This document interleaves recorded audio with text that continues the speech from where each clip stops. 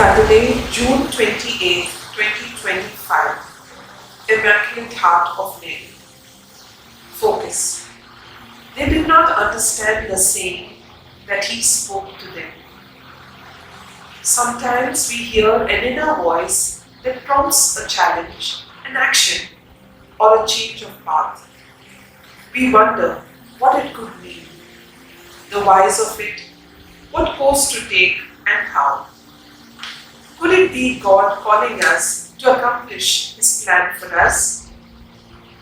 Mary's life was filled with moments that were not easy to understand.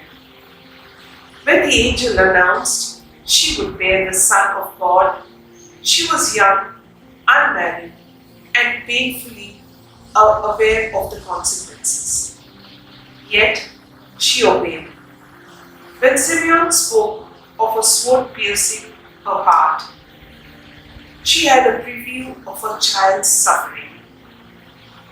And when she searched anxiously for Jesus, she found him speaking of a mission she could not fully grasp.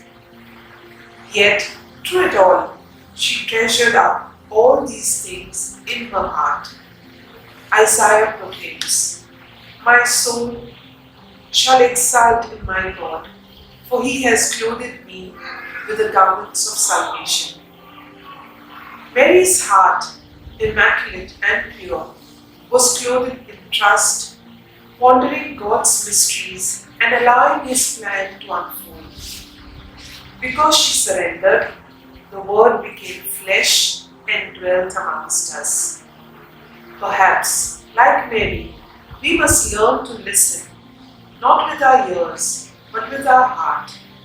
Some words are tough, some callings unclear, yet God's plans unfold perfectly when we allow Him to work through us. Fruit. Will I, like Mary, keep a close ear to the heart of Jesus?